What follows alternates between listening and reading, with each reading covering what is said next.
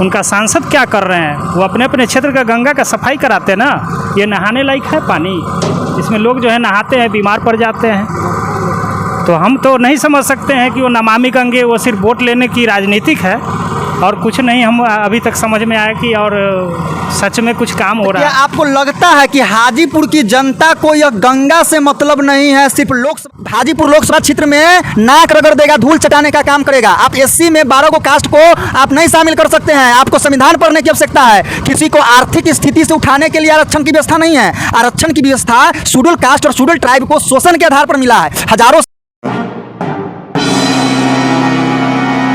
नमस्कार, आप देखना चालू कर दिए हैं सीड्स इंडिया न्यूज। मैं आपका दोस्त, आपका भाई चंद्रकांत कुमार। हम आए हुए हैं अभी यह गंगा के बीचों बीच। आप देख रहे होंगे कि एक बोट के माध्यम से हम भ्रमण करने का काम कर रहे हैं। पीछे जो आप ब्रिज को देख रहे हैं, यह ब्रिज हाजीपुर आपको वैशाली जिला और सारण जिला को जोड़ने वाला यह पुल है। उधर का हम कैमरामैन से कहेंगे कि दृश्य को दिखाने का काम करेंगे। उधर ही एशिया का सबसे बड़ा पशुओं का मेला लगता है सोनपुर, जो कि वह है। और बगल में देखेंगे कि रेल मार्ग से जाने वाला भी ब्रिज है। और इस सुंदर हम नग में और यह सुंदर दृश्य के सामने खड़े हैं। और मेरे साथ यहाँ पर एक शख्स हैं जो मिले हैं, और यह है सोने लाल जी हैं। पता चला है कि भीम आर्मी के क्या है सर? जिला उपाध्यक्ष है। जानना हम चाहेंगे कि यह हाजीपुर में रामविलास पासवान जी का यह संसदीय क्षेत्र है, आरक्षित सीट है। वर्तमान में यहाँ का सांसद पशुपतिनाथ पारस जी है। और यहाँ पर पशुपारथनाथ जी और रामविलास जी के लड़के जो हैं चिराग पासवान जी, वह निरंतर इस सीट से लड़ने का प्रयास करते हैं। लेकिन इसके तटीय इलाकों में हाजीपुर लोकसभा क्षेत्र के यह गंगा के क्षेत्रों में कितना विकास हुआ है, यह हम जानने का प्रयास करेंगे सोने लाल जी से। सोने लाल जी, स्वागत है आपको हमारे सीड्स इंडिया न्यूज़ के चैनल पर। आपको भी सीड्स इंडिया न्यूज़ को मेरे तरफ से बहुत बहुत धन्यवाद। और आपको भी हम जानना चाहते हैं कि पशुपतिनाथ पारस जी 5 साल से यहाँ पर सांसद है, हाजीपुर लोकसभा क्षेत्र का काया पलटा या नहीं पलटा? वो तो आप भी देख रहे हैं, यहाँ की जनता भी देख रही है। लगातार तो हम लोग यहाँ पर पासवान जी को ही सांसद बना के रखे, और उनके बाद जो है अभी पशुपति पारस जी हैं। काया पलटने की बात कहें तो सिर्फ कहने के लिए है कि पशुपति जी जो है हाजीपुर को देख रहे हैं या काया पलट कर रहे हैं, ऐसा कुछ नहीं है। कहीं भी कोई व्यवस्था बात नहीं हुआ है उस तरह का उनके संसदीय क्षेत्र में जी। अरे गंगा की स्थिति को देखते हैं तो सोने लाल जी, गंगा की स्थिति में अब तो नहाने का मन नहीं कर रहा है। पूरे में इसमें देख रहे हैं कि कूड़े करकट है। और वो तो हनुमान जी के हैं, मोदी जी का हनुमान जी है। और वो कहते हैं कि गंगा माँ ने बुलाया है, तो कहीं उधर वाला गंगा तो नहीं बुलाया है कि इधर वाला बुलाया है? देखिए, उनके नज़दीक जो गंगा रहती है ना, वही उनकी गंगा माँ है। ये तो हाजीपुर वैशाली जिला में ना है, इसलिए देखिए कि गंगा में कितना कचरा भरा हुआ है। इसमें नहाने पूरा करकट को दिखाने का काम कीजिए। देखिए, ये नमामि गंगे जो आया मोदी जी की तरफ से, हमारे आदरणीय प्रधानमंत्री हैं भारत के, और वो जो नमामि गंगे लाए, जिसमें स्वच्छता अभियान चला गंगा के बारे में, तो कहाँ गंगा सफाई हुआ है? उनका सांसद क्या कर रहे हैं? वो अपने अपने क्षेत्र का गंगा का सफाई कराते हैं ना। ये नहाने लायक है पानी, इसमें लोग जो है नहाते हैं, बीमार पड़ जाते हैं। तो हम तो नहीं समझ सकते हैं कि वो नमामि गंगे वो सिर्फ वोट लेने की राजनीतिक है और कुछ नहीं। हम अभी तक समझ में आया कि और सच में कुछ काम हो रहा है। क्या आपको लगता है कि हाजीपुर की जनता को यह गंगा से मतलब नहीं है, सिर्फ लोकसभा चुनाव अब आने वाली है, आएंगे बड़े बड़े नेता, बड़े बड़े भाषण और दावे करेंगे, हम गंगा को साफ करेंगे, इस ओवर ब्रिज बनाएंगे, हाजीपुर को स्मार्ट सिटी बनाएंगे, हाजीपुर में ये करेंगे वो करेंगे? क्या ये सब जमीन पर होता है या जनता को बरगलाया जाता है? होता नहीं है, ये जनता को सिर्फ मूर्ख बनाया जाता है। जनता को ये जब इलेक्शन का टाइम आता है तो उनको मूर्ख बना के वोट ले लेते हैं, फिर इस बात को भूल जाते हैं। नहीं, काम के लिए जो भी बोलते हैं वह काम ज़मीनी स्तर पर नहीं उतरता है। और हमारी जनता भी जो वैशाली ज़िला हाजीपुर जो लोकसभा क्षेत्र के जो जनता है वो इस चीज़ पर ध्यान नहीं देते हैं, सिर्फ पार्टी पॉलिसी के ऊपर ध्यान देते हैं और वोट दे के सांसद। अच्छा, हमको तो लगता है कि चिराग पासवान जी कभी इस क्षेत्र में भी कभी ऐसा बोट से भ्रमण करके देखे हैं कि हमारे लोकसभा क्षेत्र के यह बड़ी गंगा नदी गुजर रही है, ओवर ब्रिज है और यह पर्यटन स्थल है, यहाँ पर हजारों श्रद्धालु रोज आते हैं, मंदिर है, बगल में शमशान घाट है, कभी आए हैं या सिर्फ हेलीकॉप्टर से भ्रमण करते हैं? किसी चीज़ से वो तो रोड से भ्रमण करते हैं और कभी इस क्षेत्र में आए नहीं, इस यहाँ का स्थिति नहीं देखे हैं, समझे कि नहीं। सिर्फ इलेक्शन में रोड से भ्रमण करते हैं। अभी इलेक्शन का टाइम है, जगह जगह वो भ्रमण कर रहे हैं, लोगों को जो है लुभावन बातों से वो अपने राजनीतिक स्तर से जो है लोग को अपने तरफ कर रहे हैं। लेकिन अभी हम लोग जो देख रहे हैं, अगर उनको दिखाई देता यहाँ का स्थिति, क्योंकि यह जो है बहुत सारे लोगों का ये धार्मिक स्थल भी है और आस्था का क्षेत्र है, ये बहुत सारे इस पार भी उस पार भी देख रहे हैं, बहुत सारे मंदिर हैं, बहुत सारे जगह से लोग जो है अभी फिर कार्तिक पूर्णवासी को यहाँ पर लगेगा मेला लगेगा। पूरे समझिए भारत से विदेशों से भी लोग आते हैं यहाँ पर मेला देखने, एशिया प्रसिद्ध जो है ये मेला है।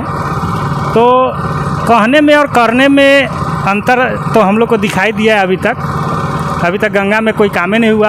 आप देख रहे हैं कि कुछ ही दूर में जो है लोगों के लिए सीढ़ी का व्यवस्था हुआ है, बाकी जो है जहाँ तक लोग का भीड़ भाड़ लगता है मेला में, वहाँ पर ऐसी खाली है।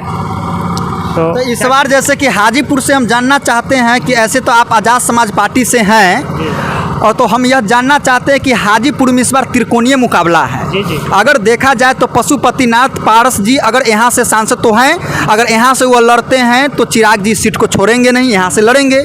जेडीयू आरजेडी कंबाइंड में महागठबंधन की सरकार है तो किसी एक को सीट देगी। तो आज़ाद समाज पार्टी जो है इस त्रिकोणीय मुकाबले में अपने आप को कहाँ देख रही है? देखिए, आज़ाद समाज पार्टी का इस बार परसेंटेज बढ़ेगा और चिराग जी को थोड़ा इस बार महंगा पड़ेगा इस इलेक्शन में। इस बार उनको जीतना बड़ा मुश्किल पड़ जाएगा। चिराग जी से लोग खफा हैं? जी, लोजपा से बहुत खफा है, क्योंकि वो किसी भी समस्या में किसी भी व्यक्ति के सामने नहीं उतर पाते हैं और उनको साथ सहयोग नहीं देते हैं, इसलिए लोग खफा हैं उनसे।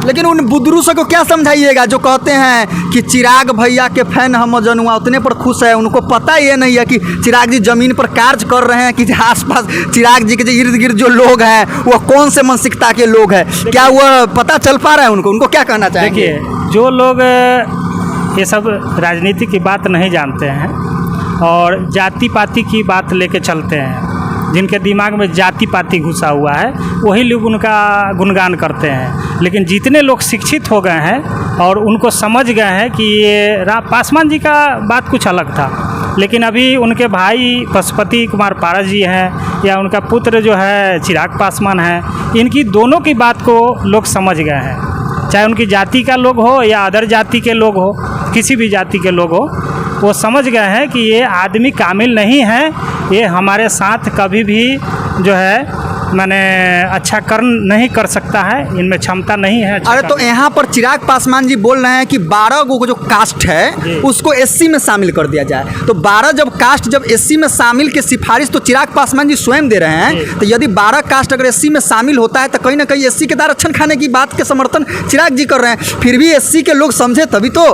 बिल्कुल कर रहे हैं। हम तो कह रहे हैं कि अगर ठीक है 12 गो जाति को आप एससी में शामिल करना चाहते हैं तो पहले जो है एससी का जो आरक्षण का सीट है वो तो पहले से है, लेकिन जो 12 जाति का जो सीट जो होना चाहिए वो इसमें पहले ऐड कर लीजिए। तो पहले चिराग जी को तो ये मालूम होना चाहिए ना। पहले सर हम आपसे जानना चाहते हैं कि चिराग जी किसी को एससी कैसे बना सकते हैं, क्योंकि एससी एसटी ओबीसी या फॉरवर्ड या जनरल बोले जनरल कैटेगरी तो यह तो बनाया गया शोषण के आधार पर। अगर आरक्षण जो मिल रहा है आज के डेट में शेड्यूल कास्ट या शेड्यूल ट्राइब के लोगों को, तो वह तो मिल रहा है क्योंकि हजारों वर्षों तक उनके साथ शोषण हुआ। तो आज के डेट में हम 12 जाति को एससी में कैसे शामिल कर सकते हैं? इसमें क्या सोचती है समझ? अब उनको क्या समझ में आ रहा है, ये तो संवैधानिक स्तर पर देखा जाए तो यह सही नहीं होगा, लेकिन अगर वो चाहते भी हैं एससी में शामिल करना तो हम यही कहेंगे कि 12 जाति का जो आरक्षण का सीट है वो पहले एससी कैटेगरी में बढ़ा लीजिए और फिर जो है आप शामिल कर सकते हैं। यानी एससी के आरक्षण, चिराग बाबू सुन लीजिए, एससी के आरक्षण पर आप उंगली उठाइएगा तो आपको यही दलित समाज हाजीपुर लोकसभा क्षेत्र में नाक रगड़ देगा, धूल चटाने का काम करेगा। आप एससी में 12 गो कास्ट को आप नहीं शामिल कर सकते हैं। आपको संविधान पढ़ने की आवश्यकता है।